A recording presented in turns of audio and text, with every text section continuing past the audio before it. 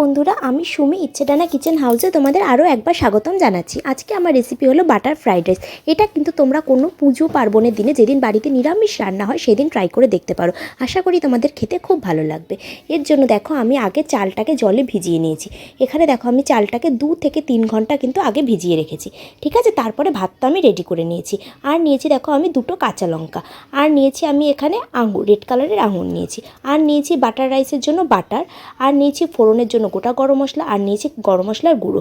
আর নিয়েছি beans, capsicum আর গাজর আমি কুচি করে নিয়েছি। ঠিক আছে, চলো এবার রান্নায় চলে আসি।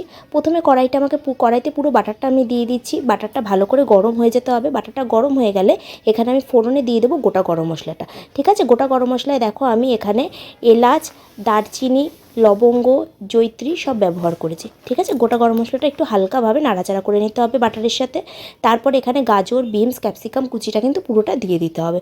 ঠিক আছে, তারপর আবার একটু ঢেকে 5 মিনিটের জন্য একটু নেড়ে চেড়ে তোমরা একটু হালকা লবণ দিয়ে ঢেকে 5 মিনিটের জন্য এটা বসিয়ে দেবে, যাতে সবজিটা ভালোভাবে মজে যায়। ঠিক আছে, মজে গেলে তারপরে ঢাকনাটা তুলে এর মধ্যে তোমরা অ্যাড করে দেবে হচ্ছে কাঁচা লঙ্কা কুচিটা। ঠিক আছে, দেখো আমার সবজিটা মজে গেছে। এখানে আমি এবার কাঁচা লঙ্কা কুচিটা অ্যাড করে দিচ্ছি। ঠিক আছে, তারপর আবার একটু হালকা নাড়াচাড়া করে নিতে হবে। এখানে এবারে অ্যাড করে দিতে হবে রাইসটা, যেটা আগে থেকে আমরা ভাতটা আমি রেডি করে রেখেছি। সেই ভাতটা আমি এখানে অ্যাড করে দিলাম। ভাতটা অ্যাড করে দেওয়ার পরে আবার একটু হালকা নাড়াচাড়া করে মিশিয়ে নিতে হবে। তারপর এখানে আমি অ্যাড করে দেবো স্বাদ মতন লবণ। তারপর এখানে অ্যাড করে দেবো আমি লবণ। অ্যাড করার পর আমি দেবো স্বাদ মতন মিষ্টি।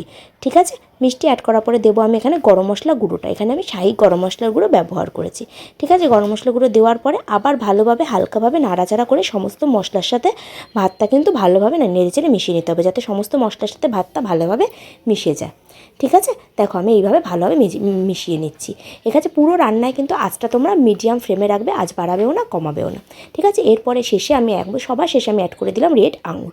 ঠিক আছে, এইবার মিডিয়াম ফ্লেমে 2 থেকে 3 মিনিট ভালোভাবে নাড়াচাড়া করে নিলেই কিন্তু আমার বাটার ফ্রাইড রাইস সম্পূর্ণ তৈরি। তো আমার রান্নাটা দেখতে দেখতে যারা শেষ অবধি চলে এলে তাদের উদ্দেশ্যে বলে থাকি, যদি আমার রান্নাটা তোমাদের একটু হলেও ভালো লেগে থাকে তাহলে প্লিজ আমার চ্যানেলটাকে লাইক এবং সাবস্ক্রাইব করে দিও।